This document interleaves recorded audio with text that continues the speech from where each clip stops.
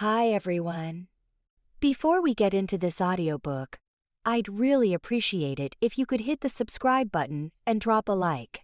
It helps me out a lot as well as contributes a lot to the channel. Now, let's get into the story. I hope you enjoy. Selene's fingers, jittery as startled birds, traced the faded posies adorning Lyra's threadbare dress. It barely shielded against the autumnal bite creeping into their small dwelling. Yet it was Lyra's best, devoid of the usual patchwork. "You'll be fine, Selene," Lyra murmured, her voice a thin reed bending in a gale. Selene saw the lie in her sister's familiar brown eyes, twin pools reflecting unspoken terrors not just for Selene's fate, but for the desolation awaiting Lyra alone with their father. "Look after Mama," Selene finally choked out, a lump of unshed grief lodging in her throat. Empty words offered no solace. Instead, she pressed a small wooden bird, whittled in furtive moments in the woods, into Lyra's palm. "Remember me." Lyra's grip on the carving tightened, her knuckles gleaming bone-white. A solitary tear carved a shining trail down her cheek. Selene, with a uselessly tender gesture, wiped it away, the act feeling irrevocably final. The summons had arrived with the dawn. Two hulking wolves, their pelts the color of congealed blood, stood sentinel at their door, radiating a palpable force that hushed the waking birds.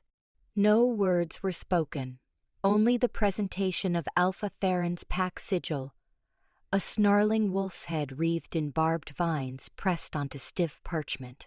Their father, a man aged beyond his years by perpetual hardship, merely nodded, his face a frozen tableau of resignation.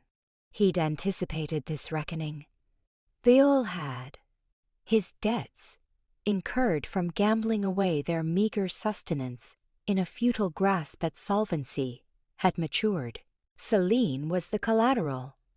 Now, he faced Theren's emissaries, spine rigidly erect, striving for a dignity that faltered in his trembling hands. The transaction unfolded with curt efficiency, devoid of warmth or apology. Cold figures were quoted, an agreement scrawled with a decisive flourish, sealing Selene's destiny. The lead representative, a woman whose eyes glinted with the frigidity of a winter storm, barely spared Selene a glance.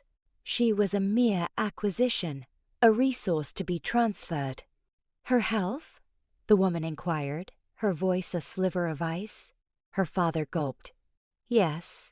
Sound. Capable." The assurances rang false, even to Selene. He was commodifying her, not describing a daughter.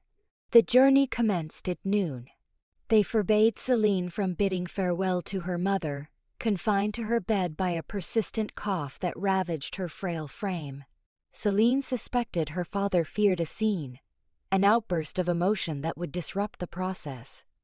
Instead, he steered her toward the waiting carriage, his hand a heavy manacle on her arm. As the conveyance jerked into motion, Selene twisted back, catching a last glimpse of their humble cottage.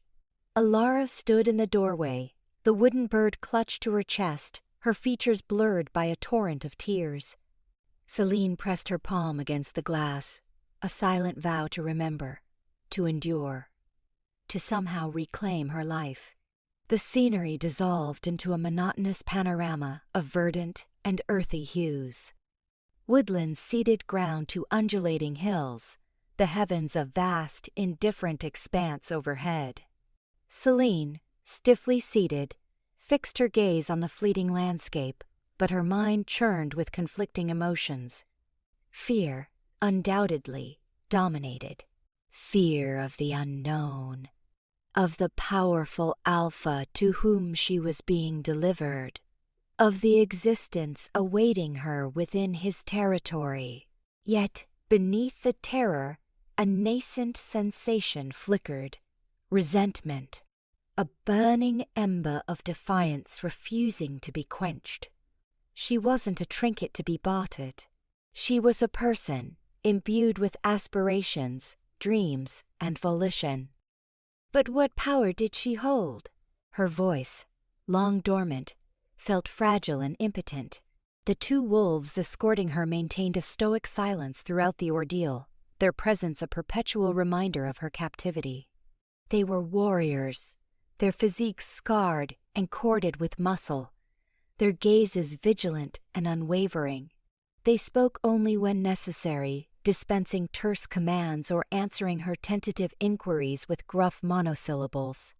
She gleaned scant information regarding Alpha Theren or his pack, only that they were formidable, esteemed, and fiercely dedicated to their leader. As the sun began its descent, streaking the firmament with shades of coral and amethyst, the carriage crested a rise, and Seline beheld it. The Alpha's domain.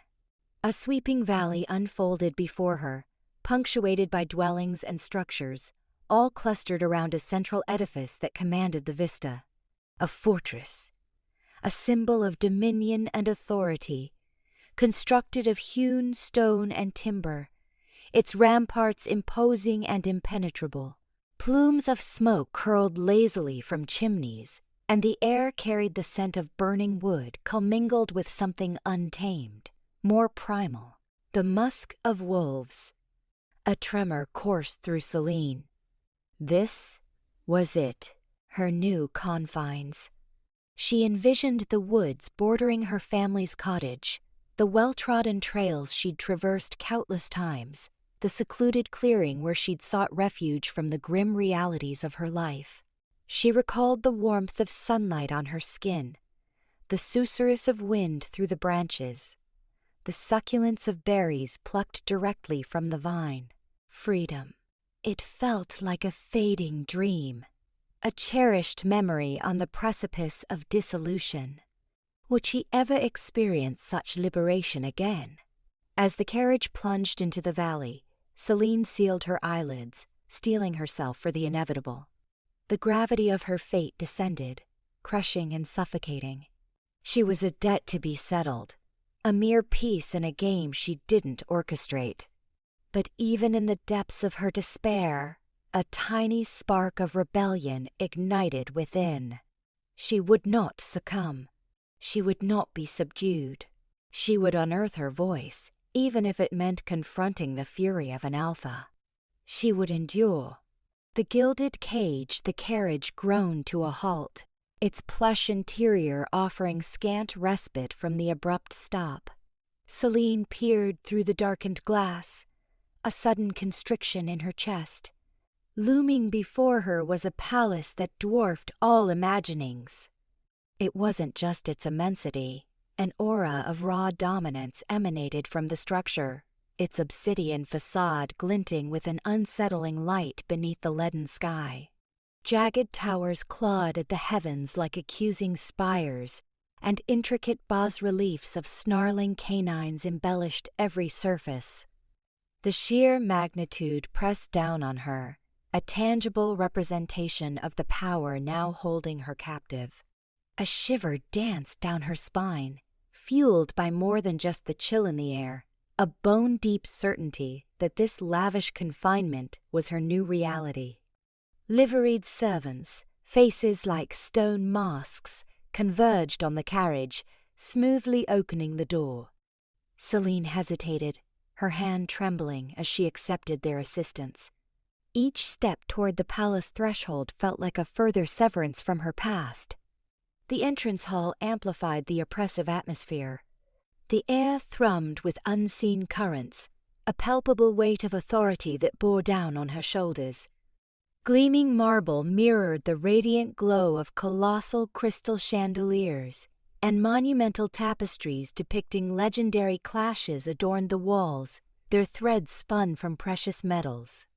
It was a deliberate spectacle of affluence and control, designed to inspire not just admiration, but subjugation. She was navigated through a maze of increasingly ornate corridors until they arrived before imposing oak doors. The servant offered a curt bow. "Alpha Theren awaits." His voice was devoid of warmth, his gaze averted. The doors swung inward, revealing a sprawling study lined with towering bookshelves and laden with antique furnishings. There, silhouetted against the gray expanse, stood Theren. He pivoted slowly, his gaze sweeping over her with an intensity that prickled her skin. He was even more formidable than she had anticipated. His broad frame filled the doorway, and his face was an impassive landscape. His eyes, the color of glacial meltwater, offered no welcome, only a cold inventory as if she were a mere item for appraisal. "Seline," he stated, his voice a deep, resonant timbre that vibrated through the very floor. It was a pronouncement, not a greeting. "Welcome to my home." Courteous words, utterly devoid of warmth. It was clear she was anything but welcome. Seline swallowed, her throat tight. 1,000 practiced greetings evaporated, leaving her speechless. "Theren," she managed, her voice a thread. He arched a brow, a fleeting, indecipherable expression in his gaze. "You will address me as Theren. Alpha is reserved for pack affairs." He turned back to the window, dismissing her like an unwanted intrusion. "Your quarters are prepared. You will be informed of the standing orders. Expect no concessions." He paused, still facing away. "You are here to satisfy an obligation. Nothing further." The words cut through the air like frozen daggers. Despair washed over her. She had entertained a foolish hope for some flicker of compassion, some hint of shared humanity. But there was nothing. She was a transaction fulfilled, a debt repaid, the burden to be borne. She was escorted away by another servant, her mind in turmoil. The palace felt less like a dwelling and more like a prison, its gilded bars shrinking with each footfall. Her room was undeniably extravagant. A colossal 4-poster bed, swathed in silks and velvets, commanded the space. A fire crackled merrily in the hearth, casting dancing patterns across the walls. A private balcony offered a sweeping vista of the surrounding forest, but none of it pierced the heavy sense of confinement. The beauty felt false, the luxury a cruel jest. She was still ensnared, still powerless. She stepped onto the balcony, the crisp air biting at her skin. The forest spread before her, an immense tapestry of verdant hues and earthy tones. It seemed wild, untamed, liberated, a stark contrast to the cloying opulence of her gilded cage. She closed her eyes, drawing in the sharp air. She had vowed to endure, to reclaim her autonomy. But how could she contend with such crushing dominance? How could she find her voice within this enforced silence? The answer, she knew, lay dormant within her. A fragile ember, barely alight, but present nonetheless. A resistance to being broken, a resolve to carve her own path. Even amidst the encroaching darkness, she would persevere. She would observe. She would learn. And one day, she would discover a means to shatter these gilded bars and seize the life that was her birthright. She opened her eyes, her gaze fixed on the far horizon. The ember within glowed a little brighter. Luna's glare the hall pulsed with subdued energy, a stark contrast to the frigid quiet of Selim's assigned rooms. A sea of faces, etched with curiosity and thinly veiled judgment, populated the long tables laden with roasted meats, vibrant fruits, and goblets brimming with ruby wine. The heavy air, redolent of spices and simmering tension, made Selene's skin crawl. She felt exposed, a sacrificial offering in a gilded cage. Every gaze seemed to dissect her, analyzing each twitch, each breath. She forced a composed mask, spine erect, chin high. Fear was an invitation. Theren, a king sculpted from granite, sat at the head of the table, his sharp profile turned away. Since their initial, chilling exchange, he'd treated her like a phantom. He appeared to purposefully erase her, as if she were a mere buzzing annoyance. The elaborate seat beside him, however, wasn't empty. Lyra.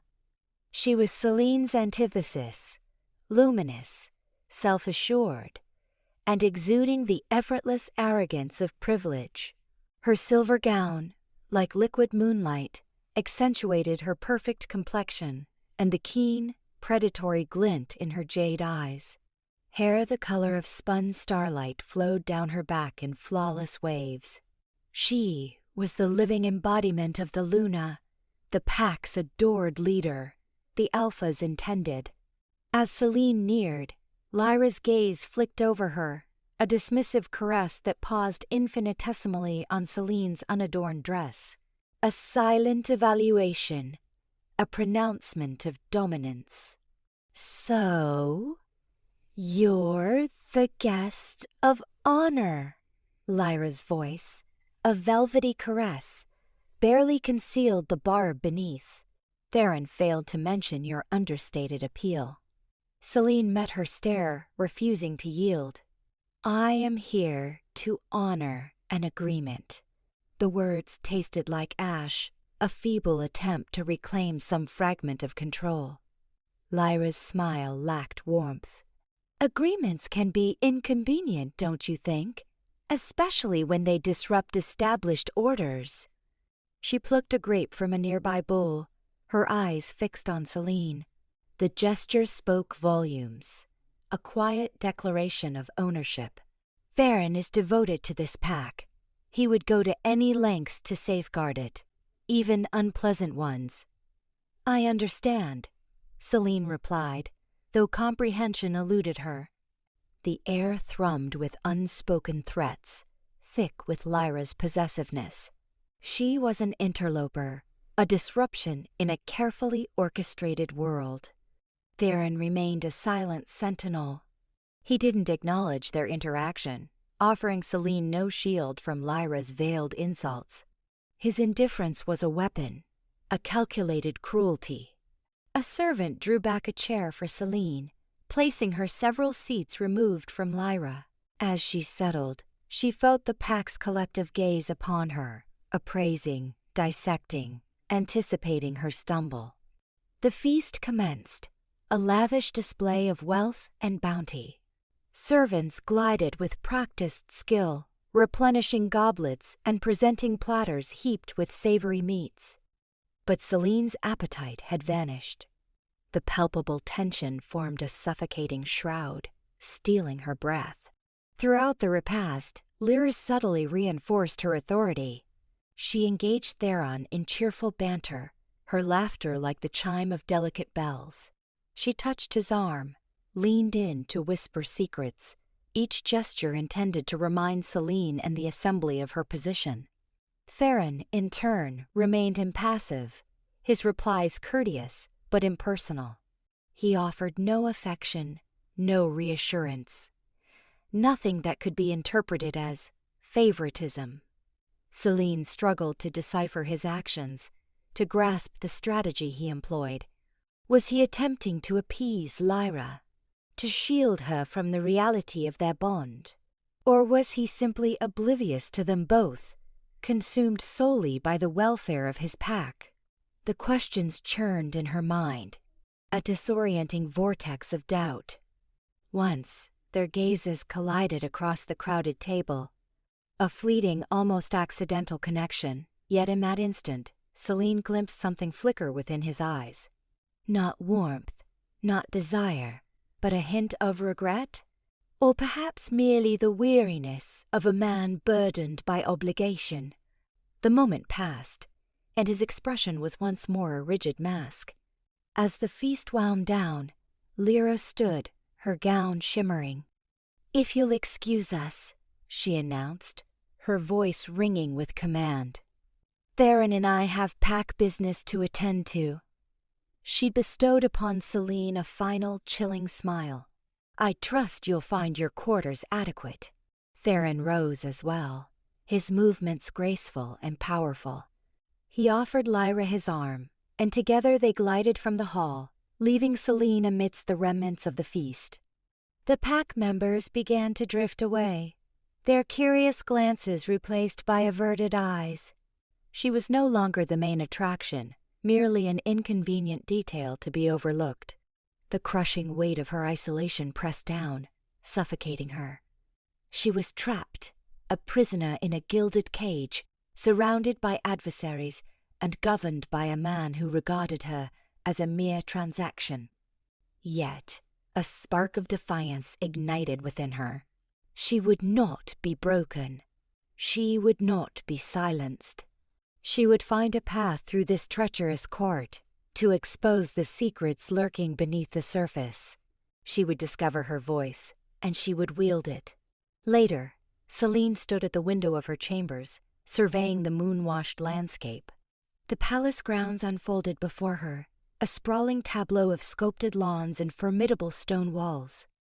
A beautiful prison, emblematic of the power that held her captive. She thought of her parents, their desperate wager, the debt that had delivered her to this place. Anger, a searing tide, surged through her. They had bartered her life for their own comfort, sacrificing her happiness for survival. But she would not allow their choices to define her. She would not be a casualty. She would evolve into something more, something stronger. She would master the game, manipulate the players, seize control of her own fate. As she gazed at the moon, a guttural growl resonated in her chest, a sound unfamiliar to her, a primal expression of her inner strength. She closed her eyes, embracing the darkness, and uttered a silent oath. "I will not be silenced." The heavy oak panel sealed behind her, a distinct snick that resonated through the cavernous study, lined floor to ceiling with silent witnesses. Theren occupied the space before the tall window, presenting her only with a broad back as the sinking sun drew elongated shadows across the room. He stood rigid, a figure hewn from some dark, unforgiving stone. Selene fought off a prickle of unease beyond what the room's chill accounted for. "You summoned me, Your Majesty?" she inquired, her voice carefully neutral, betraying none of the tempest within. He turned with glacial slowness, his eyes like slivers of polished steel. No welcome resided there, no warmth, only a suppressed animosity that raised gooseflesh on her arms. "Indeed," he rumbled, the sound deep enough to vibrate in her chest. "I trust the feast proved satisfactory." Selene's chin lifted a fraction. "Satisfactory, yes. Revealing, certainly." She observed him, searching for any flicker in response to the barb about Lyra's blatant animosity.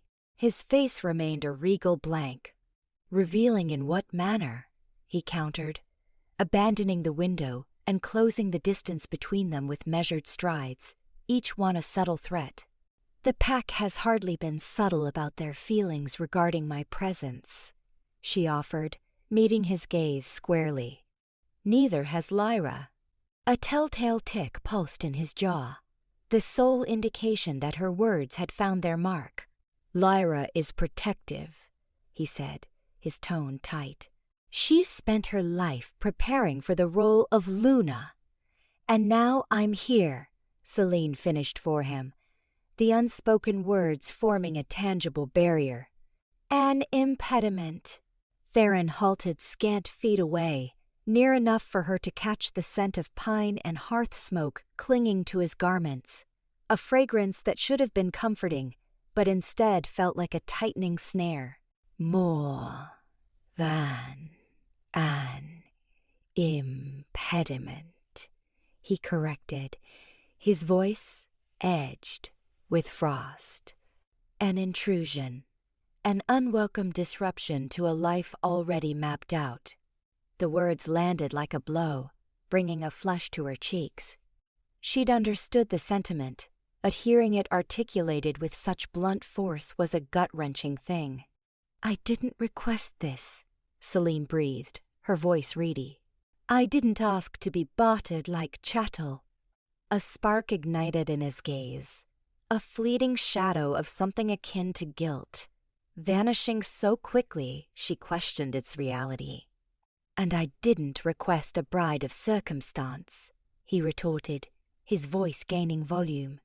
"My pack requires a Luna of strength, one versed in our customs, our heritage. Lyra embodies that. You are an outsider." Selene swallowed, striving for composure. "Then why agree to the arrangement?" she pressed, the question clawing its way from her throat. "Why allow them to sell me if I am so unwanted?"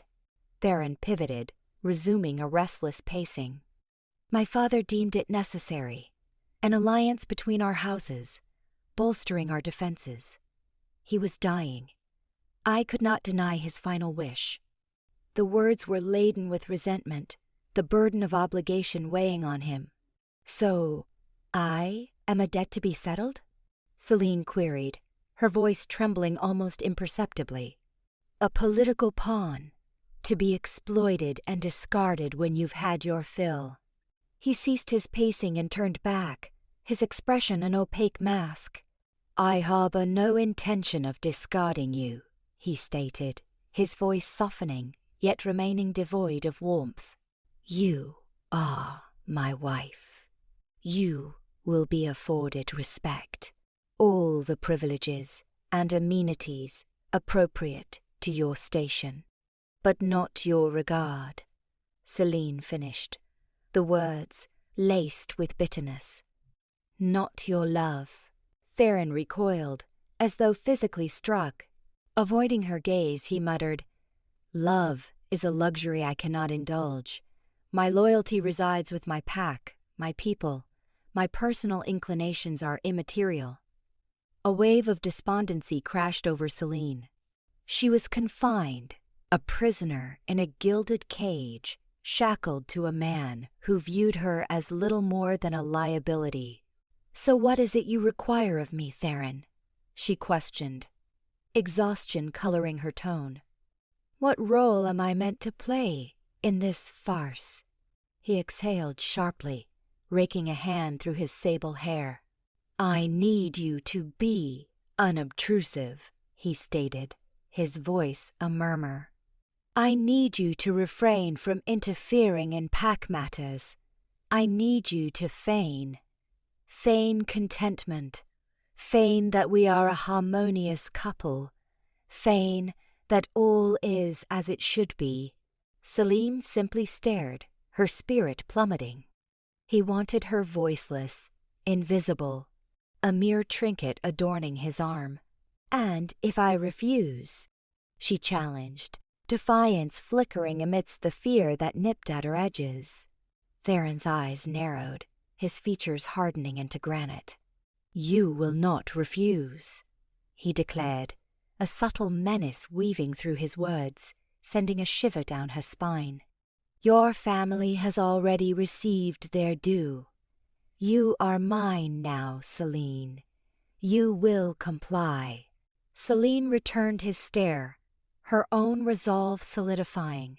He might possess her body, but he would never claim her spirit. "Time will tell, Your Majesty," she responded, her voice low but unwavering. "Time will tell." She turned toward the exit, her spine straight, her head held high. She would deny him the sight of her fear, her despair. She would unearth a path to survival, to prosperity, even within this detested existence. As she reached the threshold, Theren spoke again, his voice scarcely audible. "Selene," he murmured, a strange blend of regret and something else, elusive and unreadable, lacing his tone. I am Sorry. Selene hesitated, her fingers gripping the doorknob. She yearned to believe him, to glimpse a flicker of redemption in his words, but she could not. His apology rang hollow, devoid of substance. "Spare your apologies, Theren," she said, her voice frigid. "They are of no consequence to me." And with that, she opened the door and departed, leaving him isolated in his book-lined prison, haunted by his choices. The weight of duty pressed upon him, crushing and absolute. He was aware of the cruelty, the injustice, but felt helpless to alter it. He resented her presence, the disruption she introduced into his carefully ordered existence. Yet, deep within, a tiny voice whispered that perhaps, just perhaps, he didn't desire her absence. A truth he couldn't yet acknowledge, even to himself. Not yet. Whispers in the garden, the oppressive silence within the stone walls felt like a physical weight on Seline, surpassing the restraint of any chain. Theron's pronouncements had transformed her gilded chambers from a sanctuary into a stifling crypt. She craved air, space, anything to flee from the persistent echo of his words and the suffocating feeling of confinement. Compelled by a deep-seated instinct, she slipped from the room, the heavy oak door sighing shut behind her. She navigated the labyrinthine corridors, guided by intuition rather than familiarity, until she discovered a low, arched doorway. A glimpse of verdant life hinted at a haven beyond. With hesitation, she pushed it open and entered the palace gardens. Life pulsed through the air. Sunlight, fractured by the dense canopy of ancient trees, painted the meticulously kept lawns with dancing patterns of light. The intoxicating fragrance of roses, honeysuckle, and rich earth filled her senses, a welcome change from the sterile, perfumed atmosphere within the palace walls. It was a sanctuary of calm, a world removed from the chilling indifference she'd encountered within its imposing structure. She strolled along meandering paths, her fingertips lightly brushing the velvet petals of vibrant blossoms, finding a temporary balm for her spirit in the beauty around her. For the first time since arriving, the knot of anxiety in her chest loosened, if only by a fraction. A soft voice broke through her reverie. "Lost, little bird?" Seline turned to find a young woman kneeling by a bed of lavender, her hands smudged with soil. Her eyes held kindness, and a radiant smile etched delicate lines at their corners. Dressed in the simple attire of a servant, she possessed an innate elegance in her gestures. I only needed some air," Seline confessed, her voice barely audible. "I'm Seline." The woman stood, wiping her hands on her apron. "Lyra," she replied, her smile welcoming. "I tend these gardens. They offer solace when the palace becomes overwhelming." Seline felt drawn to Lyra's unpretentious demeanor. Her gaze held a genuine warmth, a sense of understanding that defied the difference in their social standing. "It's breathtaking," Seline murmured, gesturing to the explosion of color surrounding them. "Thank you for nurturing such serenity." Lyra chuckled softly. "The gardens predate my presence here, and they will endure long after I'm gone. I simply strive to keep them thriving." She paused, her eyes studying Seline's face. "You're new, aren't you? I haven't seen you before." Seline hesitated, unsure how much to divulge. I arrived recently, from a distant land." "Ah," Lyra responded knowingly, her expression softening. "And how are you finding things thus far?" Seline's shoulders drooped imperceptibly. "Complicated," she admitted, the word laced with a world-weariness beyond her years. Lyra nodded, understanding evident in her eyes. The Alpha's residence is never straightforward. Undercurrents swirl beneath the surface, whispers echo in the shadows, discretion is essential. Selene looked at her, a spark of hope igniting within her. Are you familiar with this pack? Lyra shrugged, a knowing smile gracing her lips. I observe, I overhear. The Flora confide in me they are excellent listeners. She paused, her tone turning serious. Lyra, her facade is deceptive. Exercise caution around her. She commands powerful allegiances and possesses a biting wit. A chill coursed down Selene's spine. Lyra's hostility had been palpable. The confirmation from someone privy to the palace's inner workings was deeply unsettling. "And Theren?" she inquired, the question escaping before she could restrain it. Lyra's eyes shadowed over for a moment. "Theren is intricate. He bears the burden of the pack's well-being. Duty and tradition are paramount to him. He is a formidable alpha, yet he is also burdened." She paused, measuring her words with care. "He is not inherently cruel, but he can be aloof. He has erected barriers around himself, and penetrating them is challenging. However, beneath the icy exterior lies a burning core. One must interpret the telltale signs." Selene felt an unexpected tug at her heart. Despite Theron's detachment, she sensed hidden depths. Lyra's words seemed to corroborate her instincts. "What transpired to make him so withdrawn?" she asked, her voice scarcely above a breath. Lyra sighed, glancing around as if ensuring their privacy. "His past is veiled in obscurity. Years ago, a profound loss occurred, altering him irrevocably. The pack alludes to a betrayal, a lost love. But these are mere rumors, carried on the breeze." She leaned closer, her voice dropping to a confidential murmur. "The truth lies buried deep, and those who attempt to exhume it often encounter peril." A shiver crawled down Selene's back. The palace was a den of vipers, rife with secrets and ulterior motives. She had been thrust into its midst, utterly unprepared. "Thank you, Lyra," she said, her voice sincere, "for your kindness and your counsel." Lyra smiled warmly. "We must support each other. This place can breed isolation, especially for newcomers. Seek refuge in the gardens whenever you need respite.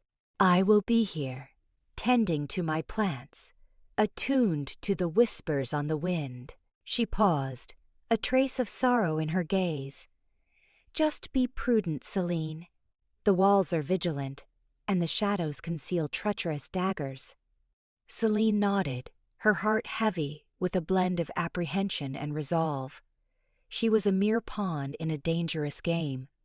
But she refused to be silenced, to fade into obscurity. She would master the rules, expose the secrets, and wrest control of her own destiny. The gardens and Ilara's burgeoning friendship offered a tenuous lifeline, a reminder that even in the darkest recesses, hope could still flourish. As she turned to leave, a thought occurred to her. "Ilara," she said, turning back, Do you have family?" Ilara's smile wavered, a flicker of pain briefly visible. "I did," she responded softly. "A father and a sister. But we're separated now." Selene felt a wave of empathy wash over her. She understood the pain of being severed from loved ones, of being adrift in a world of strangers. "I'm sorry," she said, her voice resonating with genuine sorrow. Lyra forced a smile. "Such is the way of things. We must make the most of what we have." She paused, her eyes searching Selene's. Perhaps we could be sisters, in a way." Selene's heart warmed at the suggestion. "I would cherish that," she said, her voice sincere. As she retraced her steps towards the palace, the burden of her situation remained, but now interwoven with a thread of optimism, a spark of defiance in her eyes. She was not alone. She had discovered an ally, a friend, in the most unexpected of places. And with Lyra at her side, she was resolved to navigate the treacherous currents of the Alpha's palace and forge her own path to liberation. The whispers from the garden had planted a seed of rebellion within her, and she would nurture it, protect it, until it blossomed into an unstoppable force. The mate marked the great hall pulsed with raw power. Torchlight painted frenetic patterns across the stone, illuminating the tapestry of furs and silks embodied by the assembled pack.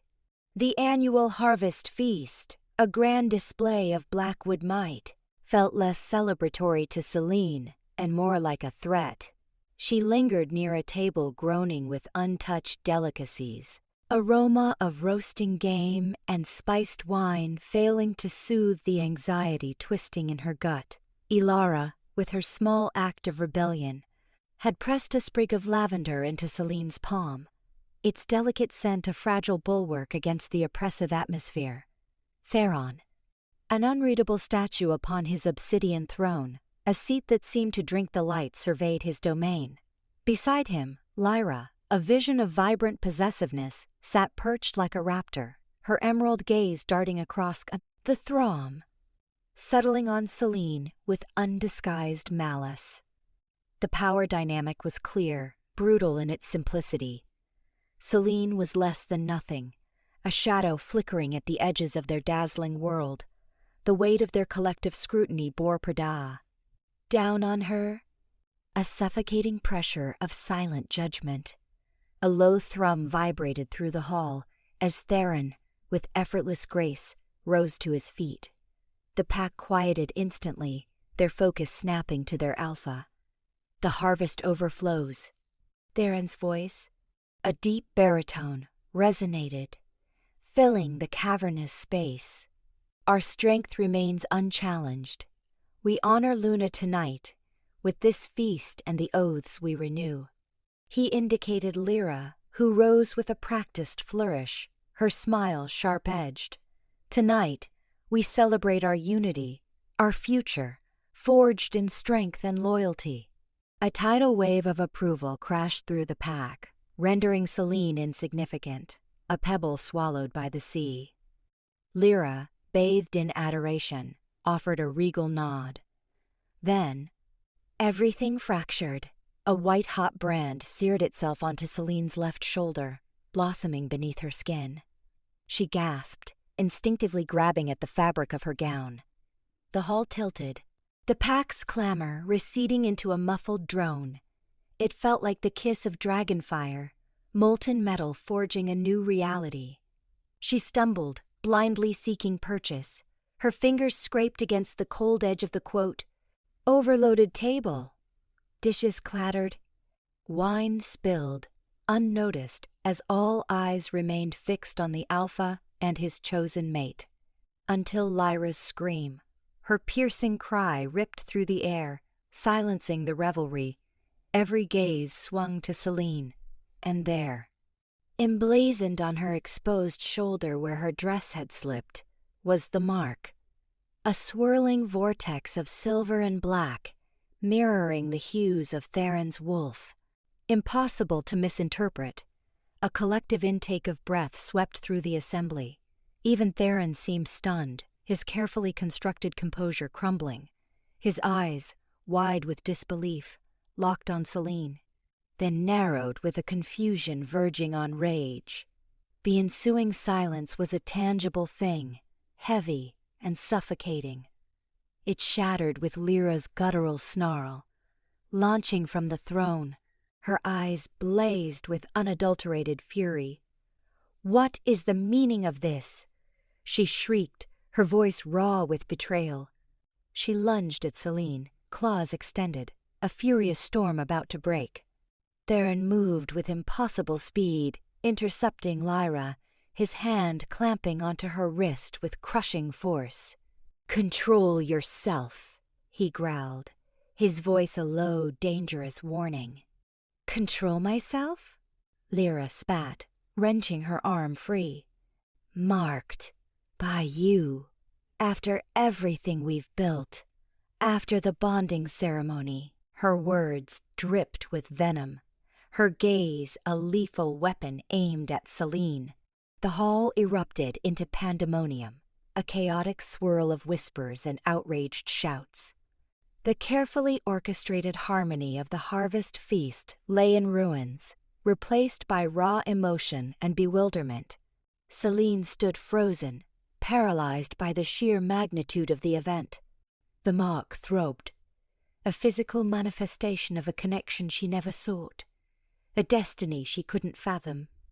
Seeking answers, she met Theren's gaze, finding a tempest of conflicting emotions swirling within: disbelief, anger, and something else, something that felt disturbingly like recognition. This cannot be," Theren finally managed, his voice strained and tight. Releasing Lyra, he took a hesitant step toward Seline, his gaze riveted to the mark. He raised a hand, as if compelled to touch it, then stopped, his fist clenching. There must be some error. His denial rang hollow, even to his own ears. "An error?" Lyra laughed, a sharp, brittle sound that cut through the turmoil. "The goddess doesn't err, Theren. She has chosen her over me." Turning to the pack, her voice escalated to a shriek. "She's nothing. A slave. A human. And she's stolen what belongs to me." The pack seethed, loyalty fracturing along fault lines. Some echoed Lyra's outrage, their faces twisted with animosity. Others watched Theren, awaiting direction, their expressions uncertain. The elders, weathered by years of experience and wisdom, exchanged uneasy glances. The sudden appearance of a mate mark transcended personal drama. It represented a political cataclysm, threatening the very foundations of the pack. Theren closed his eyes, his face a study in anguish. He was ensnared, trapped between duty and fate, between the expectations of his people and the undeniable force of the mate bond. He had dedicated his life to preparing for his role, suppressing his emotions, sacrificing his desires for the collective good. And now, this unwanted, unexpected link to a human slave, a woman poised to unravel everything he had painstakingly built. Opening his eyes, his gaze hardened, regaining its steely resolve. "Guards," he commanded, his voice laced with authority. "Escort Selene to her chambers. She will remain there until I determine the course of action." Two hulking warriors advanced, their faces impassive. They moved toward Seline, their hands outstretched. Offering no resistance, she allowed them to lead her away, her mind in free fall, her heart a frantic drum. As she was ushered from the great hall, she cast a fleeting glance back at Theren.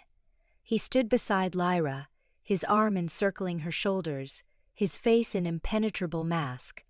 But in his eyes, Seline glimpsed something that offered a fragile thread of hope. Regret. He was choosing duty above destiny, but the choice was a torment. Ilara's gaze snagged hers for a fraction of a second, conveying a mixture of pity and trepidation.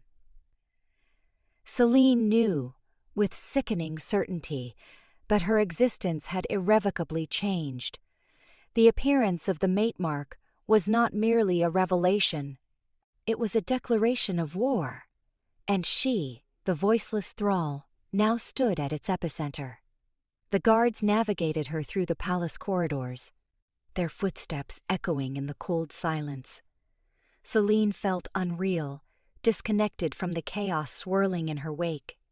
The lavender, still clutched in her hand, was now bruised, its fragrance fading with her hope, shoved into her room.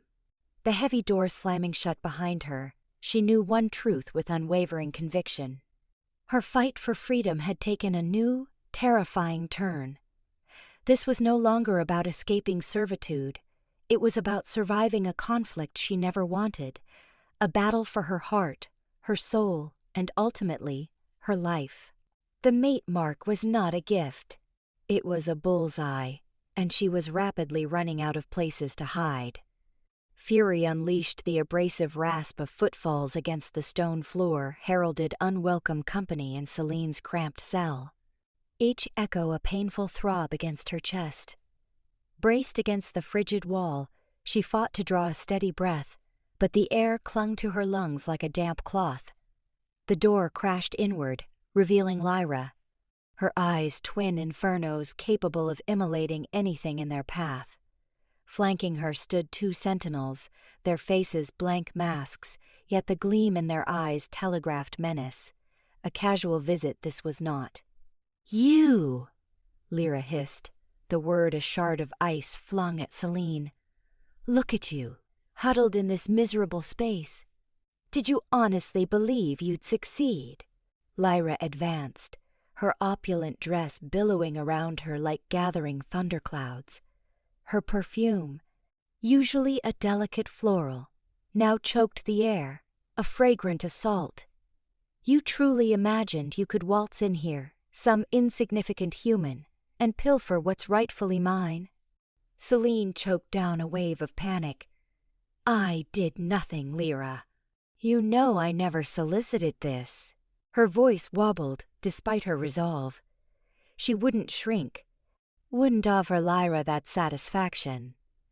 Though her pulse hammered, she straightened, meeting Lyra's incandescent gaze. A brittle, cruel laugh escaped Lyra, a sound that prickled Selene's skin. "Spare me the theatrics. You think I haven't noticed the way you look at him? How he responds to you?" She spat the words as if they soured her mouth. "Human you may be, but you're not an imbecile. You knew precisely what you were doing at the harvest feast, parading yourself, angling for his attention." "That's false," Selene retorted, finding her voice. "I was working, performing my duties. I didn't parade myself. The accusation was a raw wound. She'd striven for invisibility, shunned the spotlight, yet here she stood, accused of orchestrating this turmoil." Lyra's eyes narrowed to razor slits. "Don't insult me with lies. It's common knowledge you've sought proximity. You've been observing him, I've witnessed it." She closed the remaining distance, invading Selene's sanctuary. Tension thrummed in the air. "That mark changes nothing, you understand? That little incident grants you no authority here. You remain a mere slave, while I am the Luna of Blackwood. Remember your station." Selene refused to yield, though instinct urged her to grovel, apologize, anything to placate the furious she-wolf.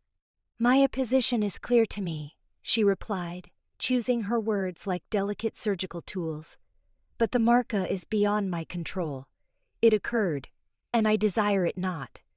Disbelief warred with fury on Lyra's face, contorting her features.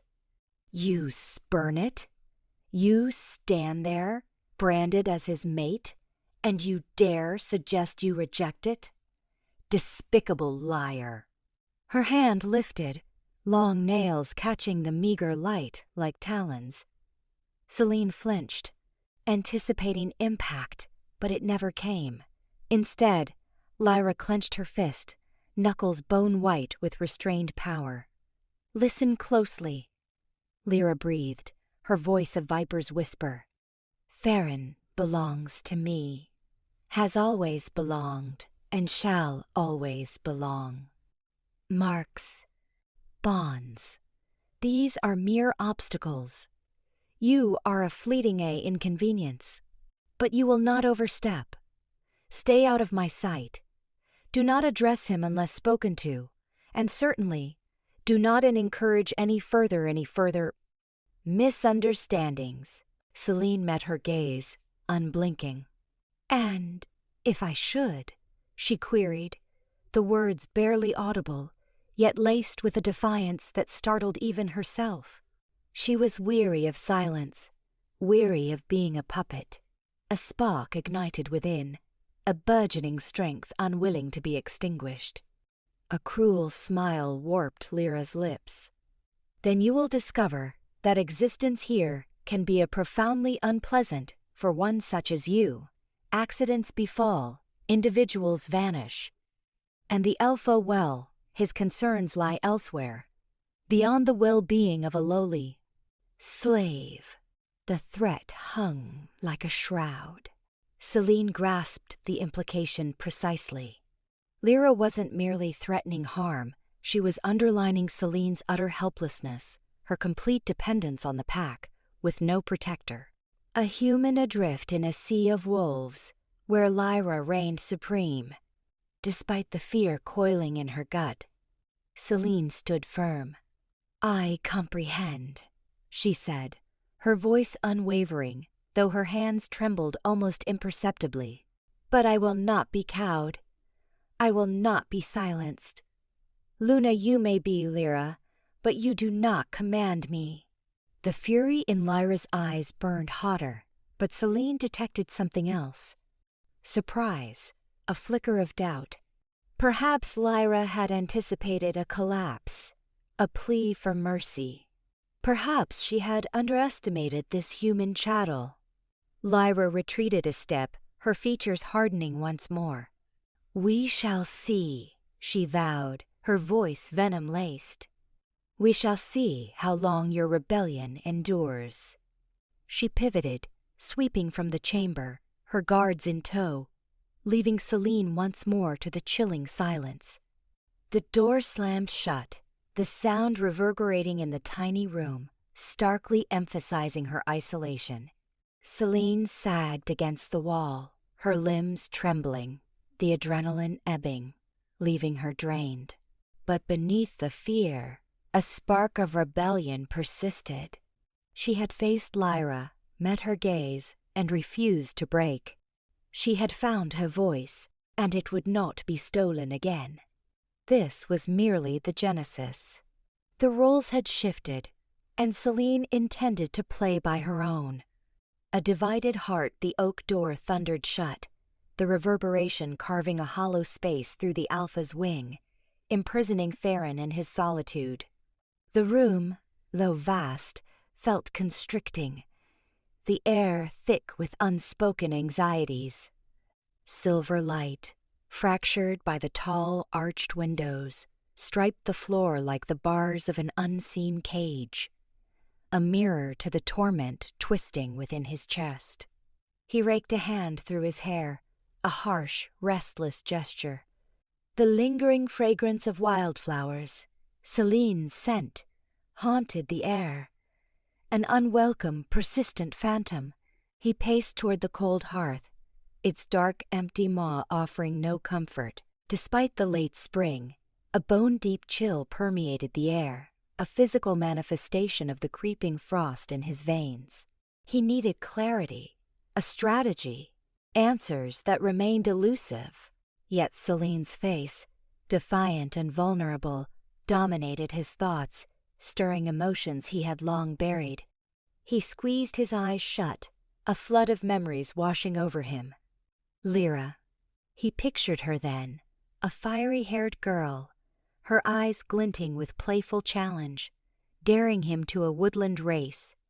The memory of her hand in his, of shared whispers under starry skies, of promises woven into an unbreakable bond, tightened his throat. "Theren?" Her voice, a gentle echo, resonated in his mind. He recalled her standing before him, years later, on the brink of their bond, hope shimmering in her eyes, mirroring his own. "Are you sure? About us?" Certainty had been his shield then. He had been resolute. He had vowed to safeguard her, to guide the pack at her side, their destinies intertwined, their lives a single thread. Now, That future seemed a delicate construct, balanced precariously on the edge of ruin. He opened his eyes, the reverie dissipating, leaving a bitter residue. Duty, honor, tradition, these were the bedrock of his existence. He was Alpha. His paramount concern was the welfare of his people, the maintenance of order, the guarantee of their continued existence. Lyra was the chosen Luna, his intended, capable, strong, steeped in the pack's lore. To discard her now seemed an unthinkable act of betrayal. But the mark of the unmistakable shimmering brand that had blossomed on Selene's skin, binding her to him in a manner beyond comprehension, defying all reason. It was a sign, an edict from the moon goddess herself, a destiny he could not simply dismiss. Or could he? His wolf chafed within, a caged animal desperate for release. It howled for Selene, recognizing her as the missing half, the other fragment of its very essence. He balled his fists, resisting the overwhelming urge to claim her, to shield her, to surrender to the potent current that flowed between them. No, he growled, the sound stark in the echoing room. He would not be swayed by primal instinct. He would not betray Lyra's trust. He would not permit this disruption to dismantle all he had strived to achieve. He resumed pacing, his anxiety escalating with each stride. He pictured Selene, confined to the dungeons, exposed and defenseless.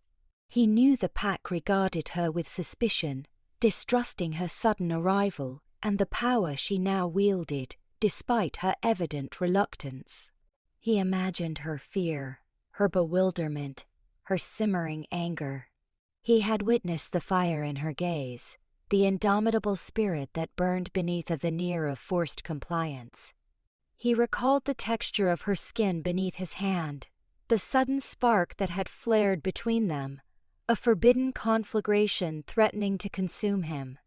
He berated himself for his lapse in judgment, for lowering his defenses, for succumbing to the lure of the unknown.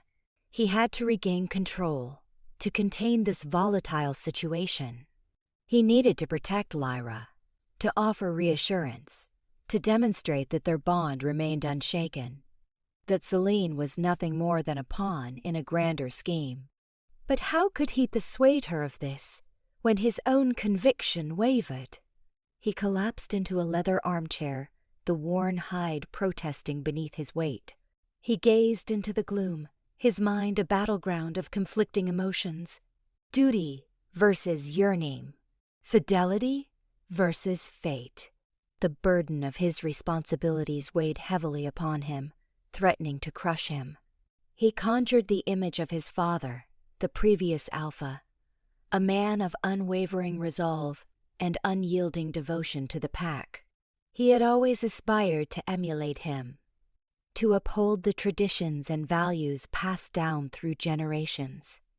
Yet his father had never faced such a dilemma, a choice that threatened to tear him apart from the inside.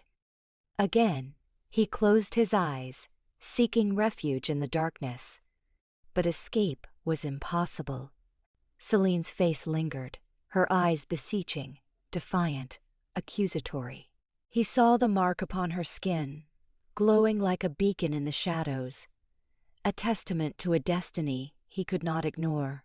He was ensnared, caught between two worlds, two allegiances, two women, and a chilling certainty settled within him. The decisions he made in the coming days would determine not only his own future, but the destiny of the entire Blackwood pack. The silence in the room pressed down, broken only by the frantic rhythm of his conflicted heart. The silent queen, the scrape of Selene's cleaning pail against the flagstones punctuated the stillness of the hallway. She scrubbed with rote precision, each motion a dull echo of the last, another day etched in mandated drudgery. Yet an unfamiliar disquiet thrummed beneath her skin, a deviation from numb resignation. A sense of being watched prickled at the back of her neck, distinct from the usual scornful stares or lascivious glances. This felt different. When she finally lifted her gaze, Lyra stood at the corridor's end, her features a canvas of pity and dread. Unlike the others, Lyra had never actively participated in Selene's suffering, content to be a hushed spectator. "Selene, a word, please?" Lyra's request was barely audible, her eyes flitting anxiously towards the dim recesses. Selene stood straighter, twisting the excess moisture from her rag. "At your disposal," she replied, the phrase leaving a bitter aftertaste. Hesitation flickered across Lyra's face before she gestured toward a small recess screened by a tapestry depicting a Blackwood stag hunt. Dust motes danced in the still air, heavy with the aroma of aged wool and hushed expectation. "What is it?" Selene pressed, her tone sharper than intended. Lyra fidgeted, apprehension widening her eyes. I shouldn't, if anyone discovered." Her voice trailed off, choked by fear. "Discovered what?" Selene probed, a spark of intrigue igniting within her. Lyra inhaled deeply, fortifying herself. "There's a prophecy," she breathed, her voice a mere thread. "An ancient premonition, uttered by the first Luna of the Blackwood bloodline." Selene's brow furrowed. Such prophecies were the guarded secrets of the elders, whispered during ceremonies from which she was barred. "What has that to do with me?" she questioned, already bracing for another cruel jibe. "It speaks of a mute sovereign," Lyra continued, bypassing Selene's query. "A woman who arrives amidst a time of immense strife. An unexpected outsider touched by the moon goddess." Selene's breath hitched. Touched. The word reverberated with a chilling resonance. "It foretells she will restore equilibrium, but only if she unlocks her voice." Lyra's gaze locked onto Selene's, intense and probing. "Do you comprehend?" Selene shook her head, bewilderment clashing with burgeoning incredulity. I don't understand. Why confide in me? Why risk such exposure?" Lyra closed the distance between them, her voice dropping to a fervent murmur. "Because I've witnessed it, Selene. The way Theren watches you, the subtle shift in the pack dynamics, the sorrow veiled in your gaze, the resilience you struggle to suppress. You are stronger than they wish you to believe." "Strong is the last thing I am," Selene countered, her tone edged with acrimony. "I am chattel, bought and sold. I possess no voice, no claim, no future." Lyra reached out, her touch on Selene's forearm surprisingly comforting. "That is their deception. The moon goddess makes no errors. If you bear her mark, it serves a purpose." She retracted her hand, her eyes darting down the corridor. "The prophecy also cautions of a looming darkness that will engulf the pack should the mute sovereign fail to awaken." Selene gaped at Lyra, her mind spinning. A prophecy? A mute sovereign? It was preposterous, inconceivable. She was Selene, daughter of a ruined merchant, bartered into servitude to settle a debt. A nobody. I can't. I lack the strength," she stammered, her voice fracturing. "You underestimate yourself," Lyra insisted. "You have endured, survived. Their cruelty, their disdain. That demands fortitude, Selene, a depth they can't fathom." "But what am I meant to do?" Selene implored, her voice cracking. "I am ignorant of prophecies, oblivious to politics, incapable of leading a pack." Lyra offered a sad smile. You needn't know everything immediately. Simply heed your intuition, trust your heart, and unlock your voice, Selene. The pack requires you." She paused, her eyes brimming with hope tinged with dread. "But exercise caution. There are those who will stop at nothing to thwart the prophecy. They will perceive you as a danger, and they will seek to silence you." With that, Ilara turned and melted back into the corridor, leaving Selene isolated in the alcove, the weight of the prophecy a tangible oppression. "The mute sovereign." The words echoed in her mind, a sardonic reminder of her impotence. But beneath the fear and skepticism, a nascent spark of defiance ignited. Could it be true? Could she, Selene, be destined for something beyond mere servitude? Could she truly possess the power to alter her fate, the destiny of the entire pack? She glanced at her hands, rough and weathered from endless toil. These were not the hands of royalty. Then she recalled the heat of Theron's touch, the lingering intensity of his gaze, the undeniable connection that bound them. Perhaps, just perhaps, Ilara was correct. Perhaps her essence held more than the eye perceived. Perhaps the moon goddess had a grand design for her after all. The notion was both terrifying and exhilarating. For the first time since her arrival at Blackwood, Selene experienced a glimmer of hope, a sense of purpose. She drew her shoulders back, inhaled deeply, and emerged from the alcove, the clang of her cleaning pail transforming from a symbol of servitude into a subtle rhythm of resistance. The corridor seemed brighter now, the shadows less threatening. The future remained veiled, but one thing was resolute. Selene would remain silent no longer. She might lack the knowledge to be a queen, but she was ready to learn. The mute sovereign would find her voice. Awakening sleep was no sanctuary, instead plunging Selene further into the bewildering truth Ilara had revealed. She thrashed, the thin blanket coiling around her like thorny creepers. One moment she was confined to the servants' quarters, and the next, perched on a wind-swept precipice, the air saturated with pine and loamy scents. The moon, an immense argent orb, dominated the vista, drenching it in unearthly light. A primeval cry reverberated around her, vibrating in her very marrow, a sound both terrifying and strangely innate. Looking down, she saw not her work-worn hands, but bestial paws, thick-furred and armed with obsidian claws. A wave of terror crashed over her as she recognized the metamorphosis, a horrifying shift into the legendary wolf. Then, she was tearing across the landscape, muscles burning, the ground a fleeting impression beneath her paws. The wind screamed past her muzzle, carrying whispers, fragments of forgotten lore and ancient might. She wasn't merely running. She was compelled, drawn toward a consuming blackness festering at the forest's heart. That darkness throbbed with a malignant energy, a stifling weight that prickled her fur. A figure materialized from the gloom, towering and formidable, haloed in raw, crackling power.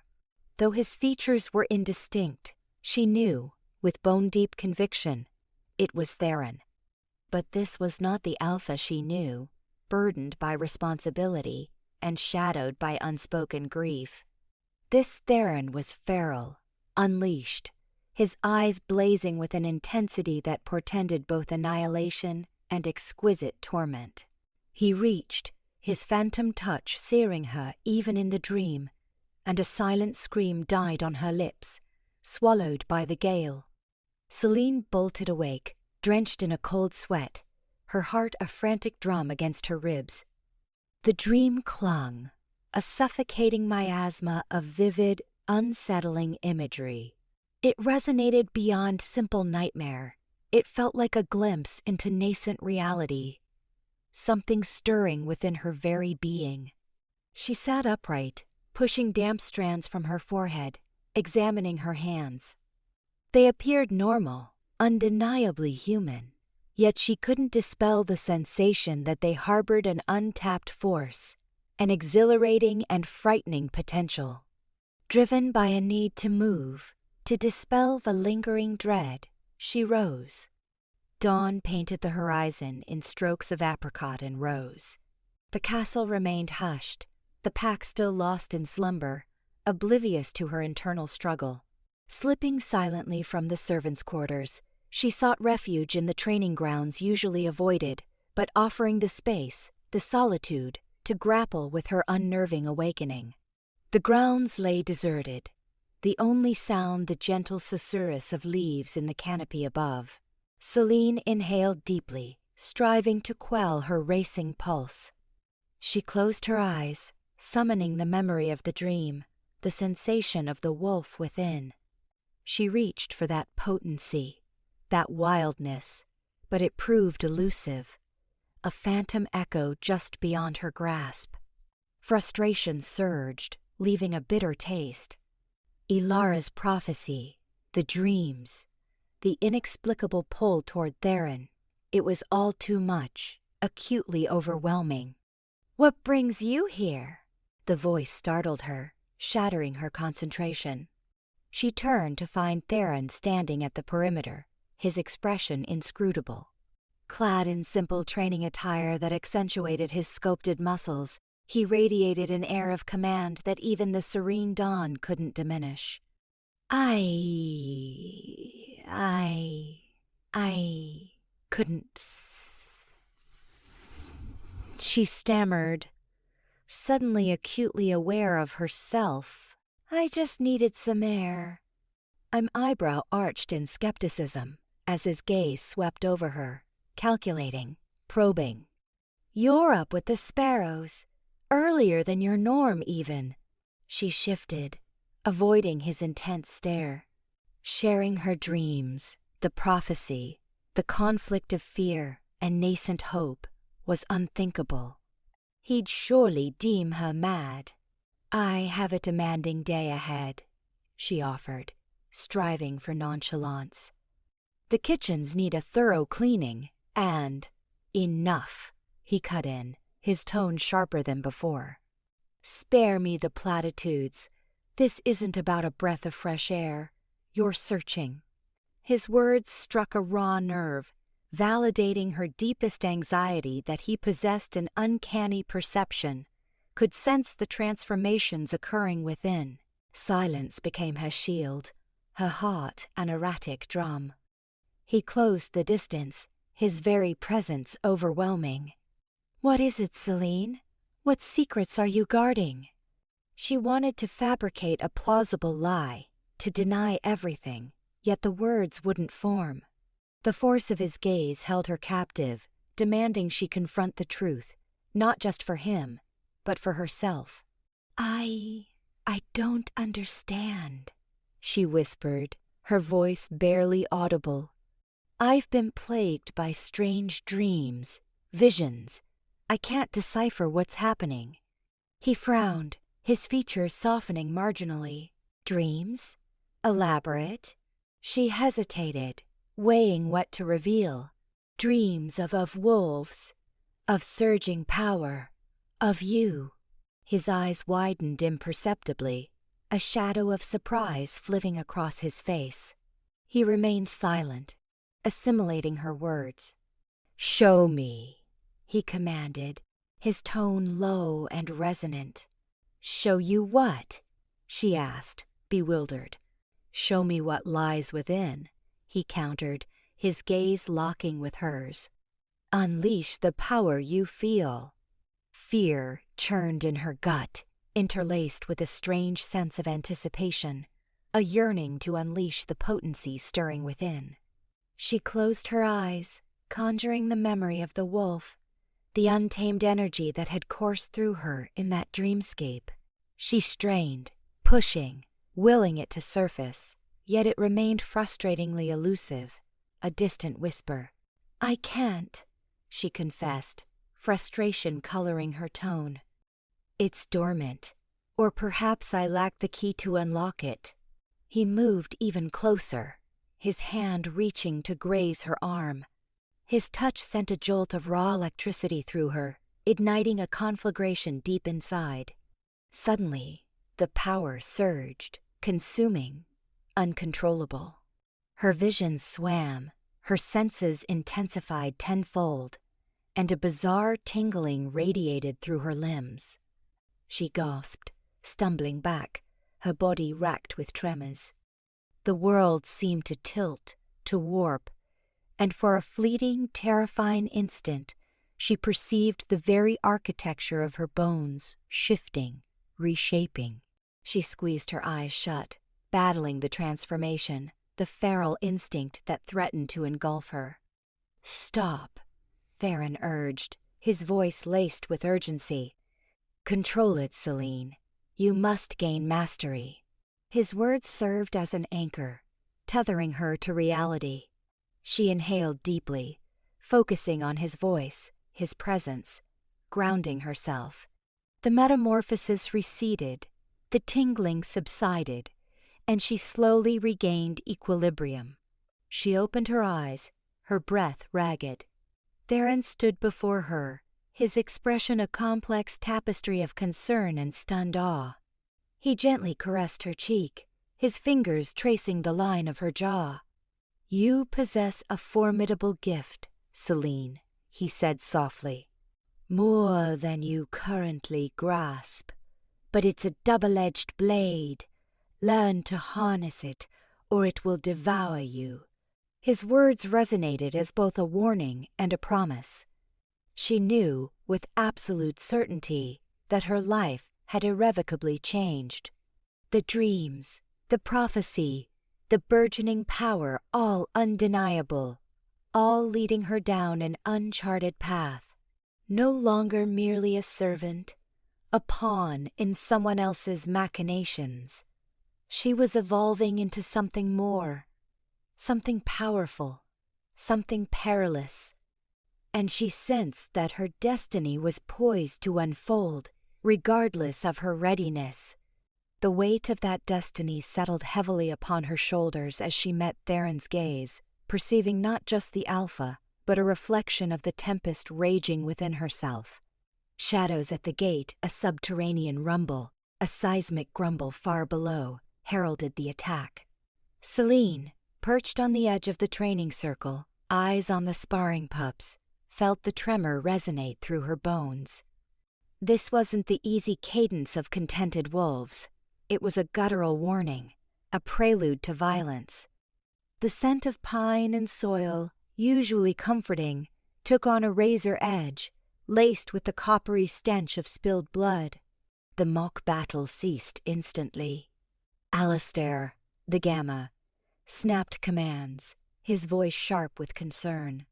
Pack members reacted as one, playful stances giving way to coiled readiness, fur bristling. They formed a protective wall around the pack house with practiced efficiency. Caught in the swift shift from peace to potential war, Selene felt a chill bloom in her chest. She'd heard tales of border disputes, mere whispers now, the stark brutality of pack life slammed into her. Then they materialized. A tide of snarling wolves surged from the wood's edge, eyes burning with ravenous intent. Hulking beasts, larger than any blackwood, their pelts caked with grime and old gore, teeth bared in a grotesque grin. The air exploded with the sounds of conflict, savage howls, the crack of bone, the keening cries of the injured. Selene stood transfixed as the blackwood wolves met the charge head-on. Alistair, a whirling dervish of muscle and claw, carved a path through the invaders, his movements a dance of ferocious grace. Others followed without hesitation, loyalty blazing in their eyes. A brutal, unplanned ballet of death unfolded, a far cry from the disciplined exercises she'd witnessed moments before.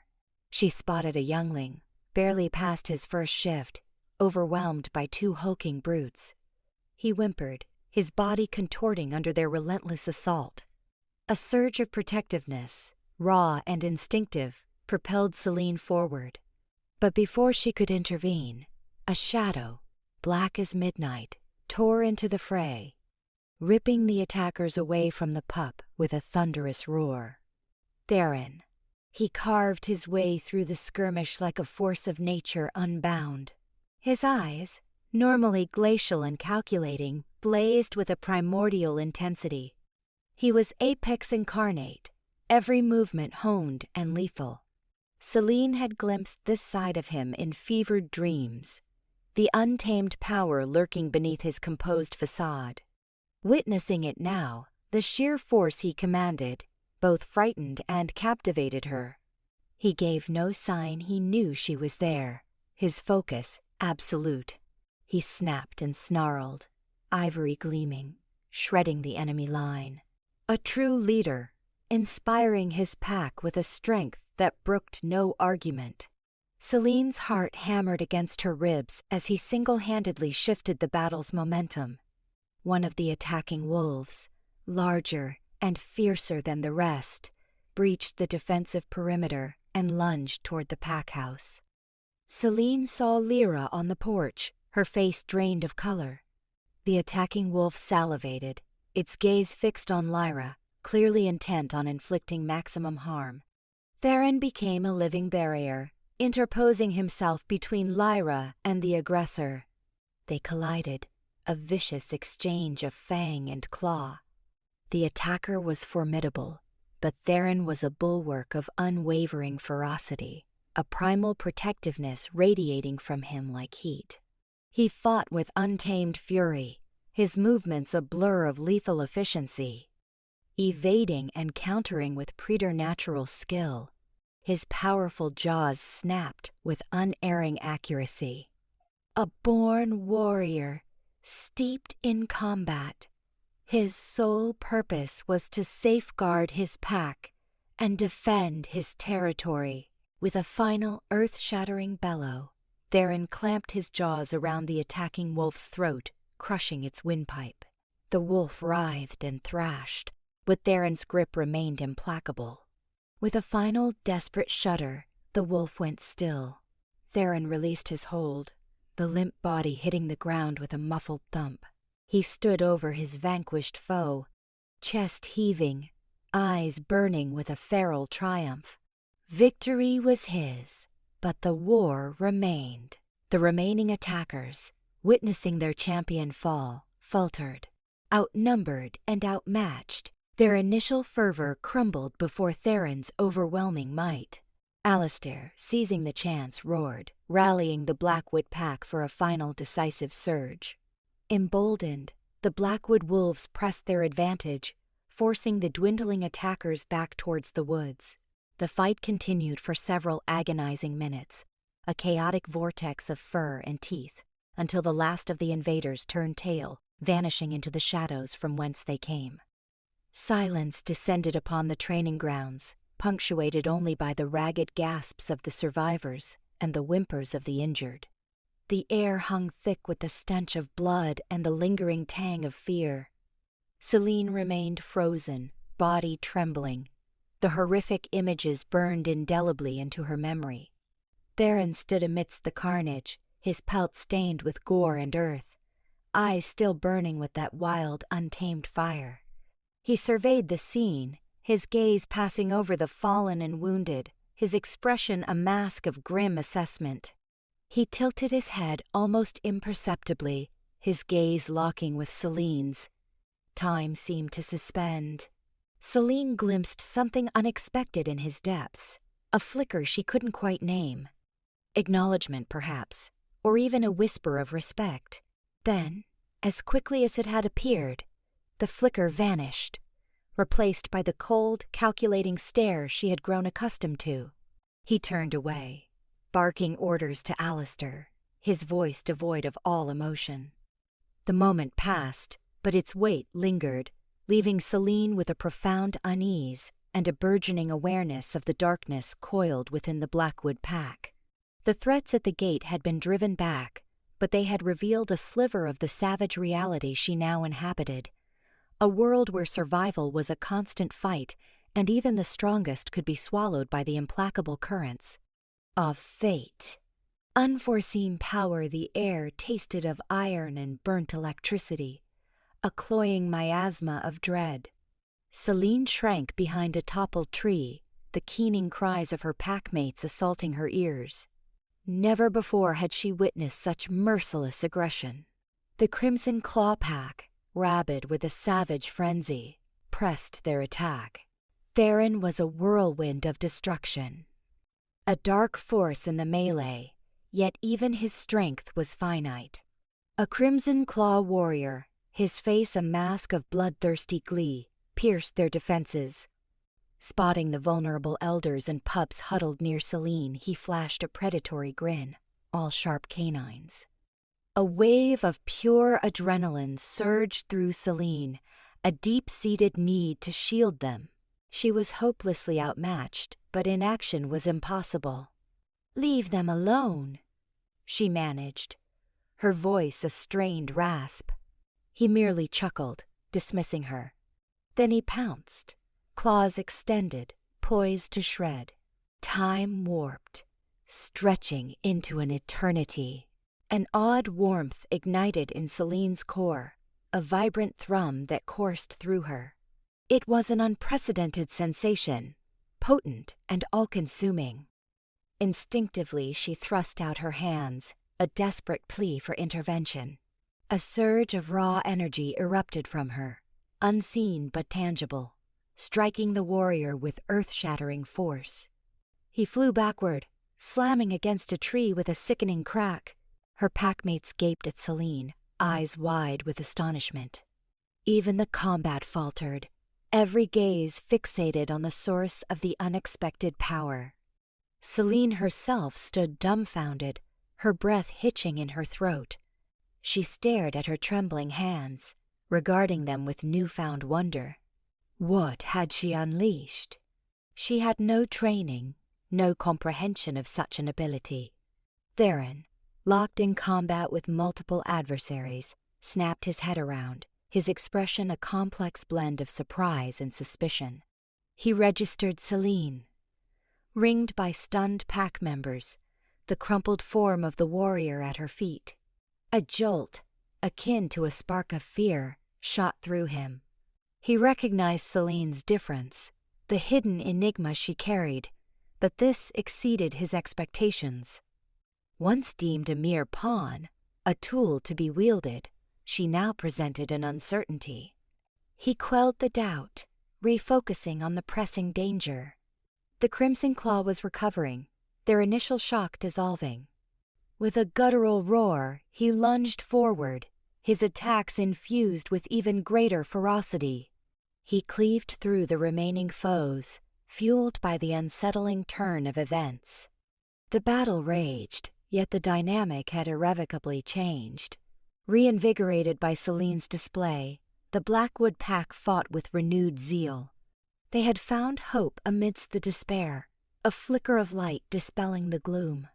The Crimson Claw, in contrast, appeared unnerved, their confidence fractured.